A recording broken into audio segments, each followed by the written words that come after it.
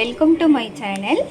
இப்போ நான் பலாப்பழம் வச்சு ஒரு ஸ்நாக்ஸ் செய்ய போகிறேன். இங்கே வந்து பவுலில் பச்சரிசி எடுத்துருக்கேன், அதோட 3 ஏலக்காய், அப்புறம் பலாப்பழம் நான் ஒரு 4 எடுத்திருக்கேன் பலாசொலை. இதில் லைட்டாக வாட்டர் ஊற்றி இப்போ நம்ம மிக்சியில் அடிச்சுட்டு வந்துடுவோம். நல்லா அடிச்சுட்டு வந்து வேறு பவுலில் மாற்றிட்டேன். இங்கே இன்னொரு பவுலில் வெல்லம் போட்டிருக்கேன், அடுப்பத்தை வச்சுருக்கேன். கொஞ்சமாக தண்ணி சேர்த்துக்கலாம், சர்க்கரை பாவு கரைஞ்சி வர அளவுக்கு. அதுதான் சர்க்கரை பாவு கரைஞ்சிருச்சு.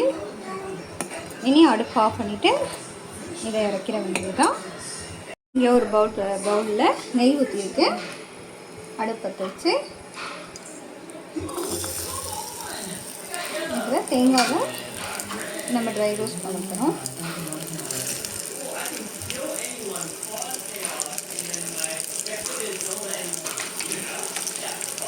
அது கூடயே எள்ளோ ஒயிட் எள்ளு ரெண்டையுமே நம்ம ட்ரை ரோஸ்ட் பண்ணிடலாம்.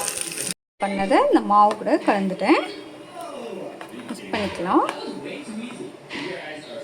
மிக்ஸ் பண்ணிவிட்டு ஒரு வடிகட்டி வச்சு இப்போ சர்க்கரை பாவை வடிகட்டிக்கலாம்.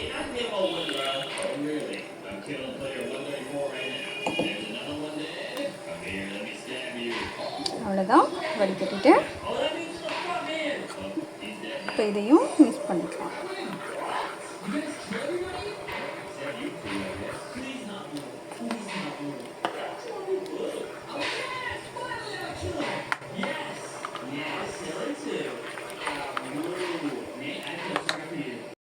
இது கூட கொஞ்சமாக சால்ட்டு, அப்புறம் கொஞ்சமாக பேக்கிங் பவுடர், அவ்வளோதான். இதையும் போட்டு மிக்ஸ் பண்ணிக்க வேண்டியதுதான்.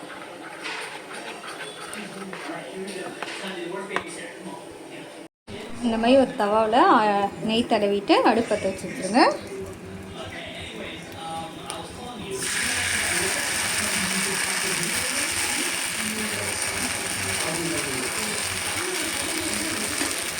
இந்த அளவுக்கு நல்லா வேக விட்டுட்டு தான் திருப்பி போடணும்.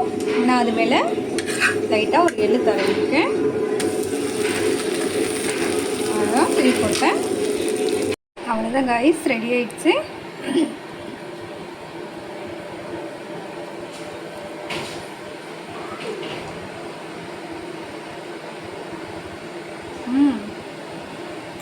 செமையாக இருக்குது. என்கிட்ட வந்து பனியார சட்டி நான்ஸ்டிக்கில் இல்லை, அதனால் நான் தோசை தவாவில் ஊற்றிருக்கேன். உங்கள்கிட்ட இருந்துச்சுன்னா நீங்கள் நான்ஸ்டிக்கில் நெய்யை ஊற்றி அதில் ஊற்றி எடுத்து பாருங்கள், செமையாக வரும்.